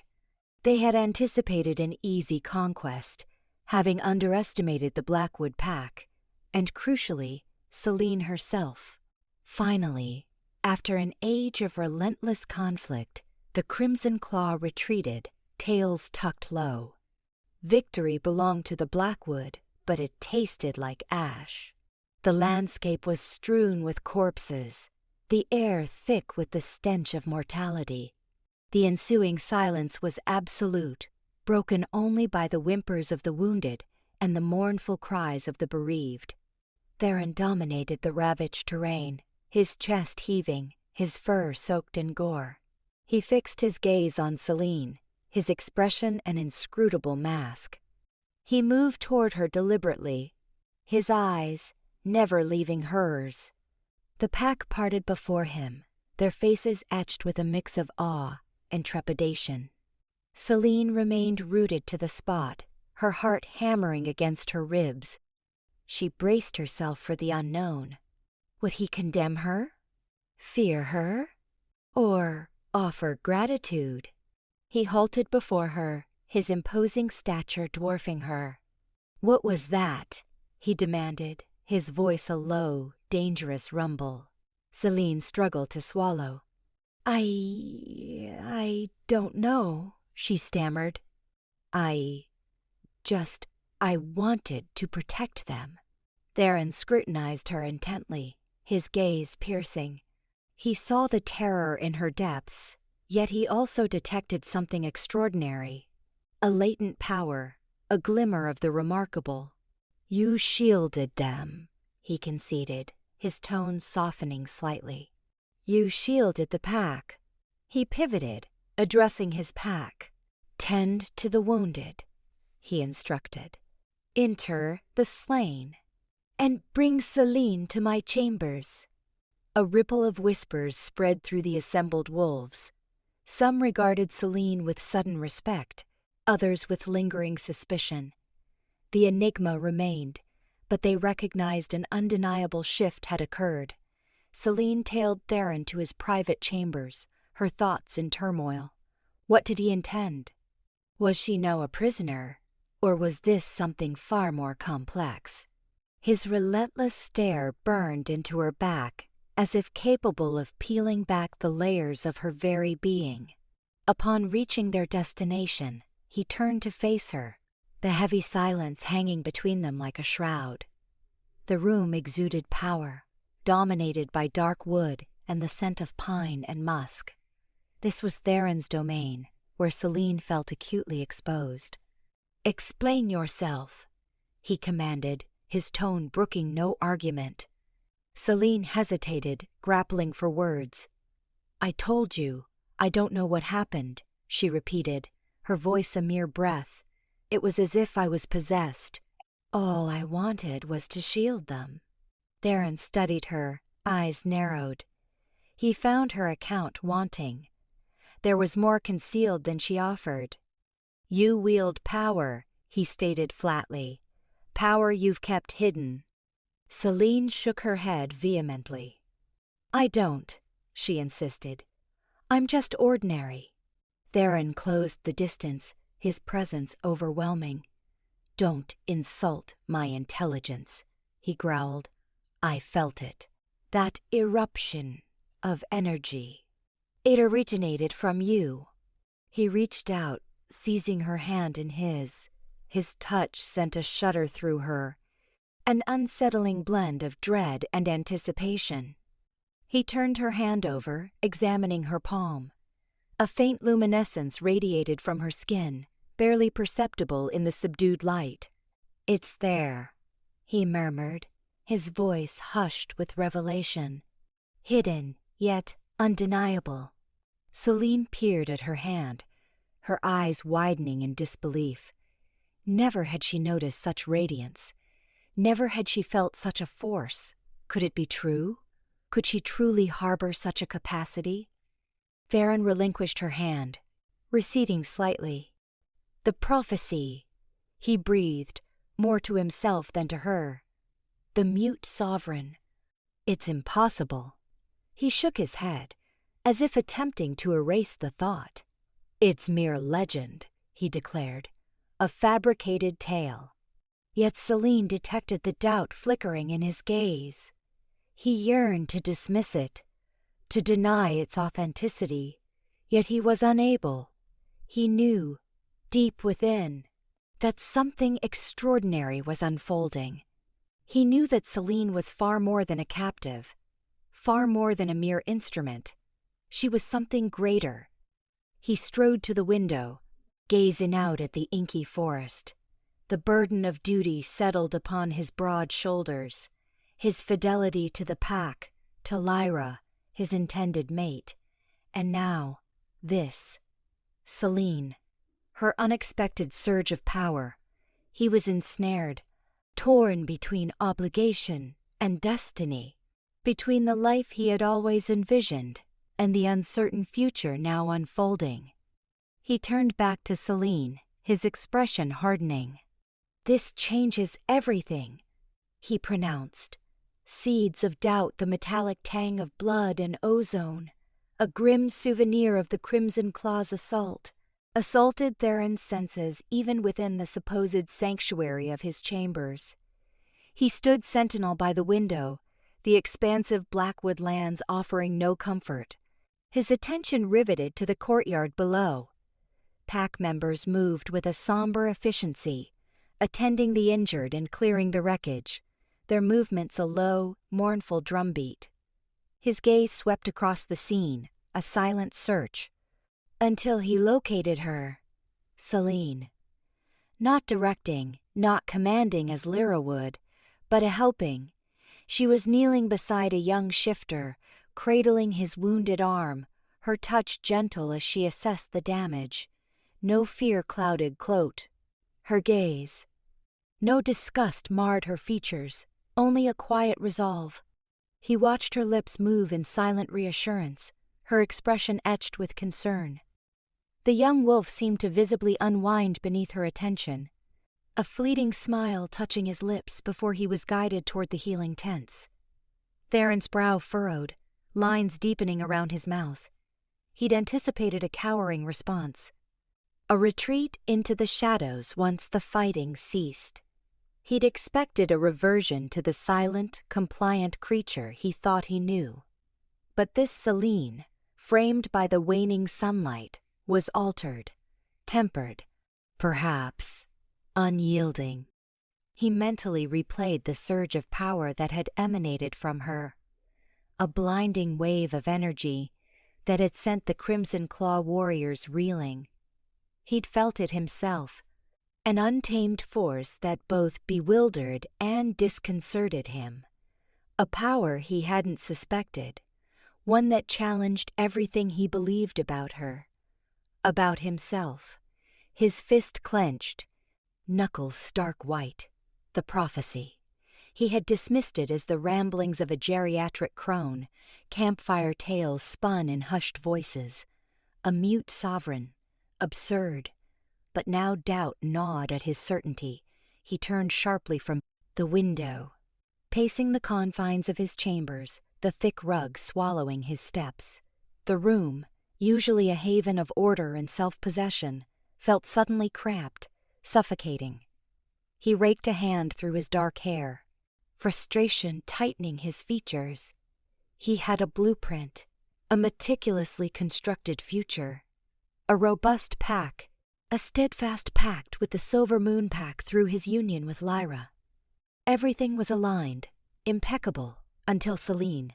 He had relegated her to the role of a mere bargaining chip, the debt settled, an object. Now she was a complication, an uncontrollable variable, a force threatening to unravel his carefully woven plans. His eyes settled on Lyra's portrait above the fireplace, her vibrant smile and assured gaze a silent taunt from the canvas. He recalled their initial encounter, the immediate connection, the shared ambition. She embodied everything he sought in a Luna strength, intellect, and unwavering loyalty to the pack. He had envisioned a future interwoven with hers, a partnership founded on mutual respect and common goals, a future that now hung precariously on the edge of ruin. He approached the portrait, his fingers tracing the contours of her face. He cherished her, he told himself. He esteemed her. He needed her. Or did he? The question lingered, a seed of uncertainty taking root in his core. Selene resurfaced in his thoughts, her understated strength, her dormant power unleashed. He had detected fear in her eyes, yes, but also a spark, a flame burning with subdued intensity. A flame mirroring a dormant part of himself, long repressed, nearly forgotten. He shut his eyes, Selene's image eclipsing Lyra's painted visage. He recalled the way she had looked at him during the onslaught, a blend of fear and a something more, something elusive, something that ignited his blood. His jaw tightened as he opened his eyes. He would not allow this. He wouldn't let Selene disrupt his life, his pack, his future. He would honor his commitment to Lyra. He would fulfill his obligations to the pack. He would govern Selene, harness her potential, and exploit it for his own benefit. He would keep her subdued, silent, and obedient. Yet even as he swore this vow, a nagging voice echoed within, one he couldn't silence. Could he truly subdue her? Could he truly deny the magnetic pull he felt? Could he truly ignore the prophecy unfolding before him? The questions churned within him, a tempest of doubt. He turned away from the portrait, a weight pressing down on his soul. The night loomed, promising sleeplessness, burdened by his responsibilities and the dawning awareness that his life, his pack, and his destiny were poised for unforeseen transformation. He knew he had to engage with Selene, to comprehend the genesis of her power, to evaluate the scope of her influence. He craved answers, and he craved them now. Resolve hardening with each stride, he moved toward the door. He would locate her, confront her, and reclaim dominance over his life. But as his hand closed around the handle, a sudden tide of hesitation washed over him. He knew that the moment he crossed that threshold, the instant he gazed into her eyes again, the equation would shift. He inhaled deeply, bracing himself for the confrontation. The seeds of doubt had been planted, and he knew, with a chilling certainty, that germination was imminent. He opened the door and stepped into the dimly lit corridor, the persistent aroma of blood and ozone serving as a grim reminder of the unleashed havoc. Betrayal, her velvet train swished against the flagstones as Lyra traversed her solar. The wind's ululation outside mirrored the turmoil within. The attack on the borderlands had exposed a deeper threat than mere incursion.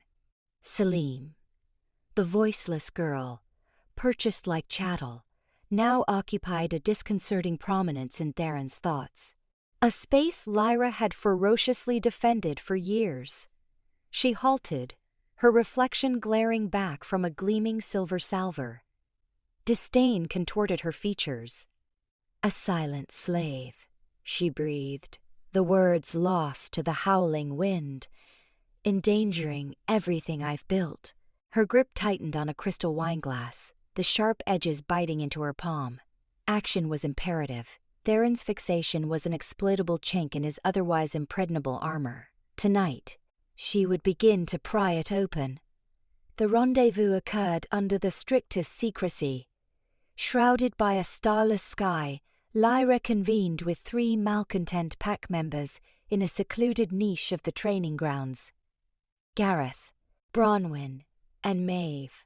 Gareth, a battle-hardened warrior whose ambitions far exceeded his station. Bronwyn, whose family had forfeited land due to Theren's territorial ambitions, and Maeve, a healer whose traditional practices were being eclipsed by contemporary methods favored by Theren's advisors. They shared a common bond, a simmering resentment toward the Alpha, and a yearning for influence or vengeance. "Thank you for answering my call," Lyra murmured, her voice a blend of silk and steel. The air thrummed with unspoken grievances and the scent of wet earth. "I understand the risk involved in meeting clandestinely, but these are precarious times." Gareth grunted, arms crossed over his barrel chest. "Precarious doesn't begin to describe it, Lyra. We're confronting a situation, aren't we? A silent girl who's clearly captivated the Alpha." Lyra allowed a fleeting mask of vulnerability to surface. "It transcends mere captivation, Gareth. She wields influence. I've witnessed it firsthand." He's questioning decisions he once held inviolable. Bronwyn's gaze sharpened, questioning decisions that impact us all. "My family has already borne too much under his leadership." Lyra leaned in, lowering her tone. "What if I told you this silent girl is more than meets the eye? What if I whispered of prophecies, legends, concerning a silent sovereign destined to either exalt or obliterate the Blackwood Pack? Maeve gasped, a hand fluttering to her lips. A prophecy? Those are mere fireside tales. Or are they warnings unheeded? Lyra countered, her gaze unwavering. Warnings that Theren, in his hubris, dismisses. He's blinded by something. We, however, cannot afford such indulgence. We must safeguard the pack, even if it necessitates decisive action. Ambition flickered in Gareth's eyes. What do you envision, Lyra? Lyra smiled, a chillingly beautiful sight. I envision reminding Theren of his true allegiances. Reminding him of the strength and stability I offer the pack, the alliances I cultivate, the traditions I champion. And we demonstrate to him, and to everyone.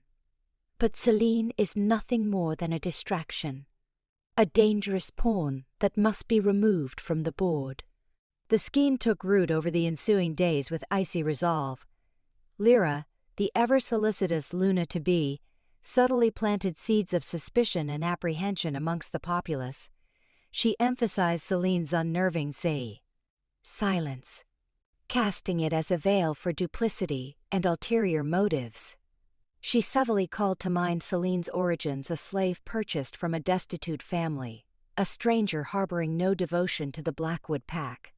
She instigated a series of minor incidents, seemingly insignificant when viewed in isolation, yet meticulously designed to erode Selene's standing. A misplaced parchment, a murmured rumor, a knowing look, all carefully calibrated to cultivate an atmosphere of distrust and unease. She ensured that Selene's compassionate acts, such as caring for the injured after the conflict, were twisted into calculated maneuvers aimed at winning the pack's favor. One afternoon, Lyra discovered Ilara, a young kitchen worker, fretfully scouring a pot. Ilara had always been discreet and perceptive, and Lyra suspected she possessed insights she kept hidden. "Ilara," Lyra said, her voice gentle and laced with concern. "You seem troubled." Ilara startled, almost dropping the pot. "Luna Lyra." I'm fine." "Nonsense," Lyra said, resting a hand on Ilara's arm. "I can discern it in your eyes. Is something weighing on you? Perhaps something you've gleaned about Seline?" Ilara hesitated, her eyes flitting around the kitchen. I shouldn't speak of it." "You can confide in me, Ilara," Lyra said, her voice a tapestry of false comfort. "I seek only the well-being of the pack, and sometimes the greatest service is unveiling the truth." Ilara bit her lip, her hands trembling. "There are legends, ancient legends, about a silent woman destined to come to Blackwood. A woman who would command great power." Lyra's eyes widened fractionally, feigning surprise. "Power? What manner of power?" I don't know," Ilara whispered, her voice nearly inaudible. "But they say she could either deliver us or destroy us utterly." Lyra squeezed Ilara's arm reassuringly.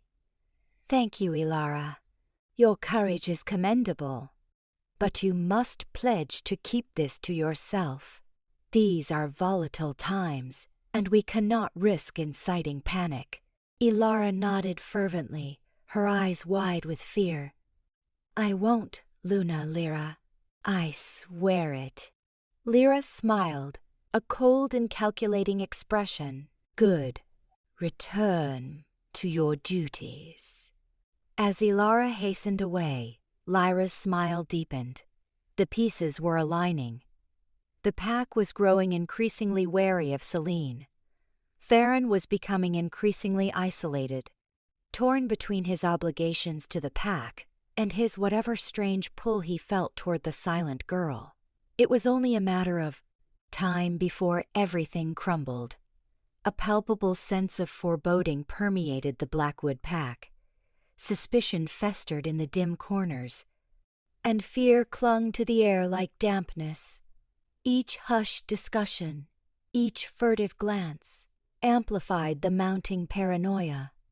Selene, unaware of the schemes swirling around her, continued to navigate this unfamiliar world with understated elegance and quiet compassion.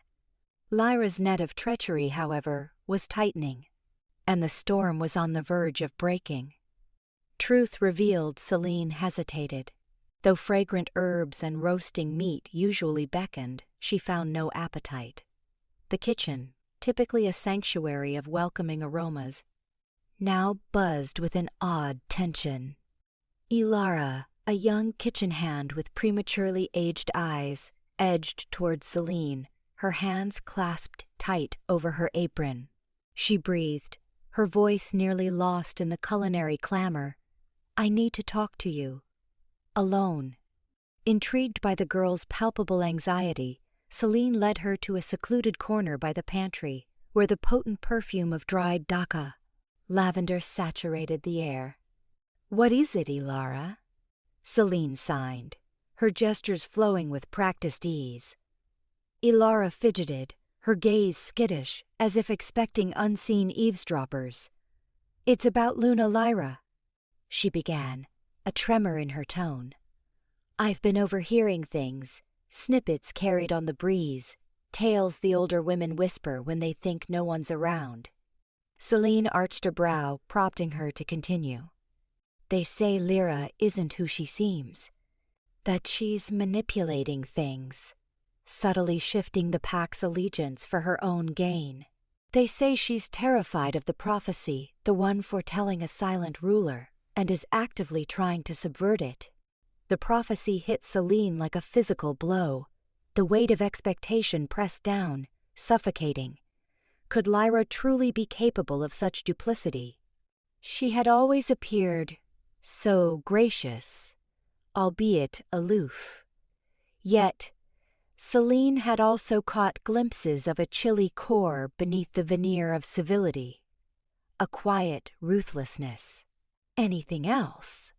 Selene signed, her hand steady, betraying the storm within. Lyra hesitated, then inhaled deeply. "They also say she's been poisoning the well against you, Selene, murmuring insidious things to turn pack members against you, fostering fear." A shiver traced Selene's spine. So that was the root of the palpable animosity, the sidelong glances, the veiled insults. Lyra was systematically alienating her, painting her as a threat before she even had a chance to prove herself. A surge of fierce anger ignited within Selene. She had endured so much, been robbed of her voice, her liberty, but she refused to be silenced, to let Lyra dictate her fate. "Thank you, Lyra," Selene signed, her gestures imbued with newfound resolve. "You've given me strength." Lyra nodded, her eyes reflecting both apprehension and admiration. "Be careful, Selene. She is powerful and unyielding." Selene straightened, her gaze hardening. "I will." Selene discovered Lyra in the rose garden, immersed in tending to the riotous blooms. The air hung heavy with their saccharine scent, a sharp contrast to the bitterness now infusing Selene.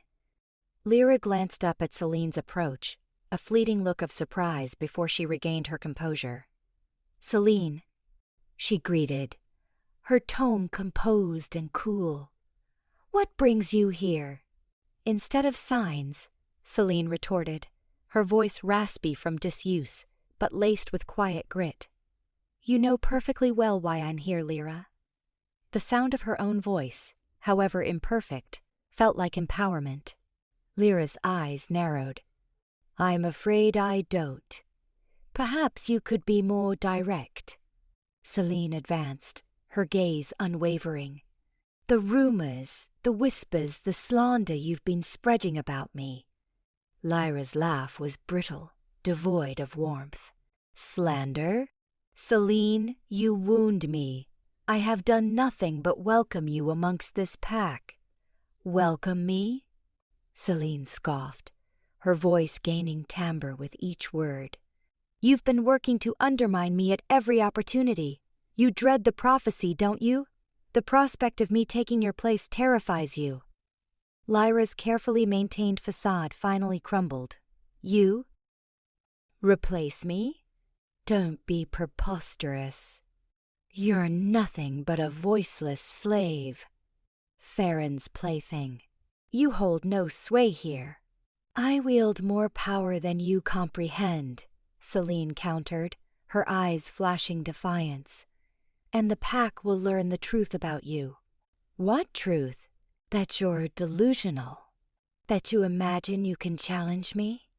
Lyra's voice rose, her composure unraveling. No one will believe you, Selene. You have no voice.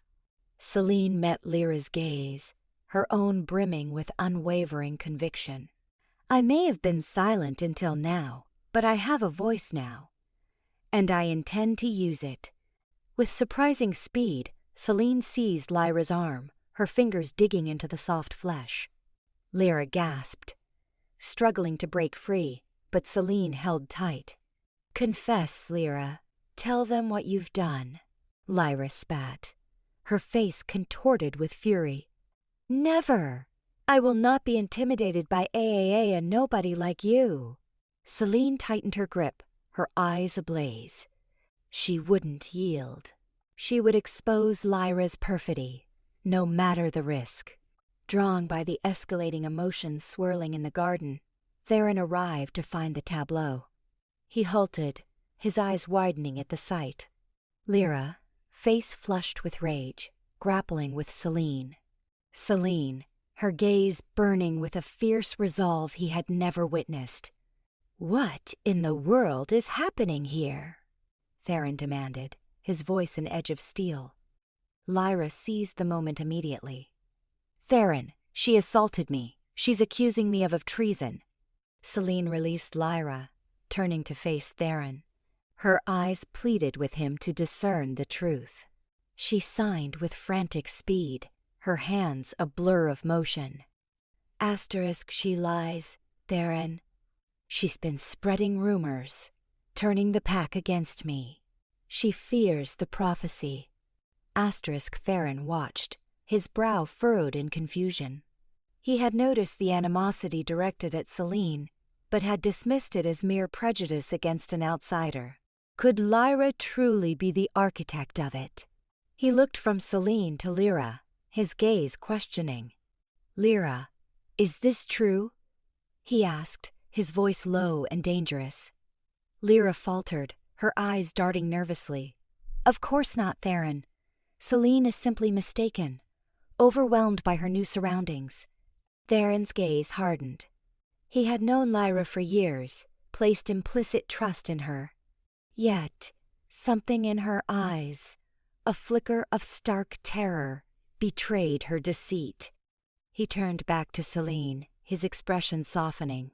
He reached out, gently clasping her hand, his touch sending a jolt of raw energy through her. Show me, he said, his voice a bare whisper. Selene nodded, her heart hammering in her chest. She closed her eyes, focusing her energy, and extended her mind, allowing Theren access to the truth. He witnessed the whispers, the calculated manipulations, the carefully constructed web of lies. He saw Lyra scheming against Selene, seeking to sabotage her at every turn. He glimpsed the fear in her eyes, the fear of losing her status, her influence. The vision shattered, leaving Theren staggered. He recoiled, his face drained of color. He looked at Lyra, his gaze a mixture of fury and betrayal. How could you? He asked, his voice trembling with raw emotion. Lyra dissolved into tears, collapsing at his feet. Theren, please, you must believe me. I did it for you, for the good of the pack. I was safeguarding us from the prophecy, from the upheavals Seline would unleash. Theren stared down at her, his expression hardening into stone. You violated my trust, Lyra. You manipulated the pack, peddled falsehoods, and sought to harm an innocent. You have abused your authority as Luna. He addressed the guards who had been alerted by the commotion. Remove her, he commanded, his voice resonating with authority. She is no longer Luna of the Blackwood Pack. The guards hesitated, their eyes wide with shock. Lyra was a powerful figure, respected and feared by many, but Theron's word was absolute.